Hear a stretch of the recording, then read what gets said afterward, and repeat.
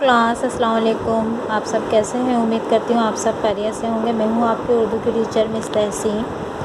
اس سبق میں اس نظم میں پہلے آپ کو اس کے الفاظ معنی کروا چکی ہوں، اب میں آپ کو کرواؤں گی اس کی تشریحات۔ سب سے پہلے دیکھیے شعر نمبر 1 کیا ہے ہمارے پاس؟ خدایا اول و آخر بھی تو ہے، خدایا باطن و ظاہر بھی تو ہے۔ حوالہ اس کا کیا ہوگا؟ یہ شعر ہماری اردو کی کتاب کی ہم سے لیا گیا ہے، اس کے شاعر محمد اسماعیل میرٹھی ہیں۔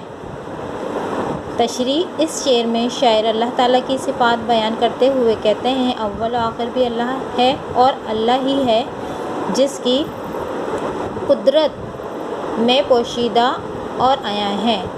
یہ ہے آپ کا شعر نمبر 1۔ اب شعر نمبر 1 میں ہم نے حوالہ لکھ لیا۔ حوالہ کیا ہوتا ہے؟ یعنی جس نے یہ نظم لکھی ہے اس کا نام لکھنا ہوتا ہے، یعنی کیا حوالہ؟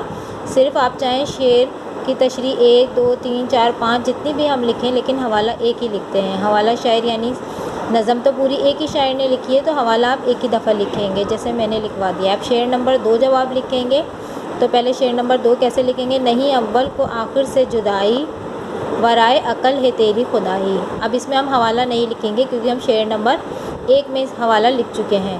اب ہم اس کی تشریح لکھیں گے۔ تشریح کیا ہے؟ اس شعر میں شاعر اللہ تعالیٰ کی تعریف بیان کرتے ہوئے کہتے ہیں کہ اللہ تعالیٰ نے اپنی قدرت سے اس جہاں کو سنوارا ہے کہ اس کی قدرت ہماری عقل سے بالاتر ہے، جس کو ہماری عقل سمجھنے سے قاصر ہے۔